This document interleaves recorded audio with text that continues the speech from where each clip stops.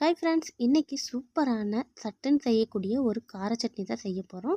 சூப்பராக ஒரு 2 நிமிஷத்தில் சட்னியை செஞ்சு முடிச்சிடலாம். டேஸ்ட்டும் பார்த்திங்கன்னா சூப்பராக இருக்கும். வாங்க இப்போ வீடியோக்குள்ளே போகலாம். வெங்காயம் வந்துட்டு பார்த்திங்கன்னா பெரிய வெங்காயம் வந்துட்டு கட் பண்ணி வச்சுருக்கேன். பெருசாக இருந்தால் ஒரு வெங்காயம் போதும், சின்னதாக இருந்தால் ஒரு 2 வெங்காயம் வந்து எடுத்துக்கலாம்.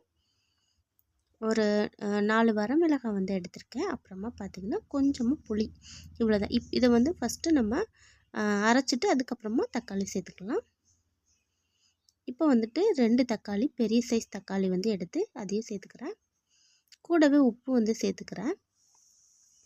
அவ்வளோதான், அரைச்சாச்சு. இப்போ வாங்க தாளிச்சிடலாம். இது ஏற்கனவே வந்துட்டு பஜ்ஜி சுட்ட எண்ணெய் தான், ஸோ நான் அதிலே தாளிச்சிக்கிறேன். கடுகு உளுத்தப்பருப்பு வந்து சேர்த்துக்கிறேன். உளுத்தப்பருப்பு வந்து கொஞ்சம் ஜாஸ்தியாகவே சேர்த்துக்கோங்க, நல்லாயிருக்கும் ஃப்ளேவரு.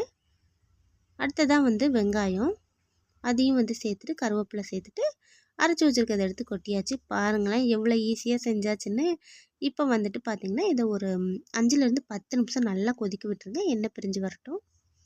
அவ்வளோதான். இதில் வந்துட்டு தேவைப்பட்டால் நீங்கள் கொஞ்சம் இட்லி மாவு சேர்த்துக்கோங்க, டேஸ்ட்டு இன்னும் சூப்பராக இருக்கும். வாங்க இப்போ சாப்பிட்லாம். பார்த்திங்களா எவ்வளோ ஈஸியாக கார சட்னி ரெடி பண்ணியாச்சுன்னு. நீங்களும் ட்ரை பண்ணி பாருங்கள்.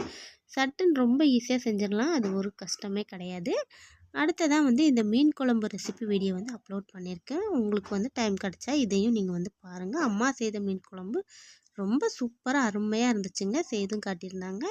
வீடியோ வந்துட்டு பிடிச்சிருந்தா லைக் பண்ணுங்கள், மறக்காமல் சப்ஸ்கிரைப் பண்ணுங்கள். அடுத்த ஒரு வீடியோவில் அடுத்த ஒரு ரெசிபியில் பார்க்கலாம். பாய்.